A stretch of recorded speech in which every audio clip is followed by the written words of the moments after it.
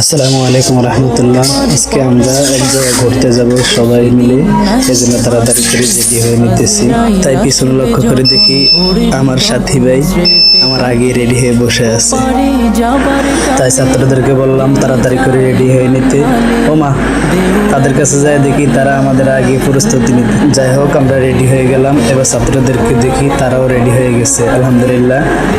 তাদেরকে রেডি করে আমরা তাদেরকে বের হতে বললাম এবং তারা খুব দ্রুত বের হয়ে যেতেছে।